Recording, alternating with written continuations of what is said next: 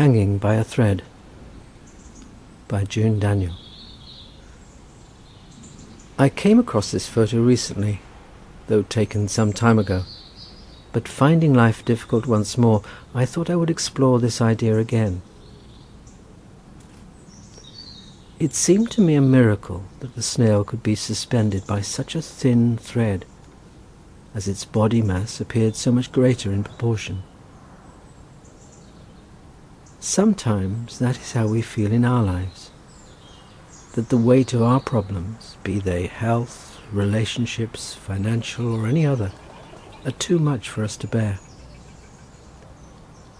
I felt that maybe God was trying to show me by this example of his amazing creation that he can continue to hold us, even when it seems to be impossible. A lifeline of hope.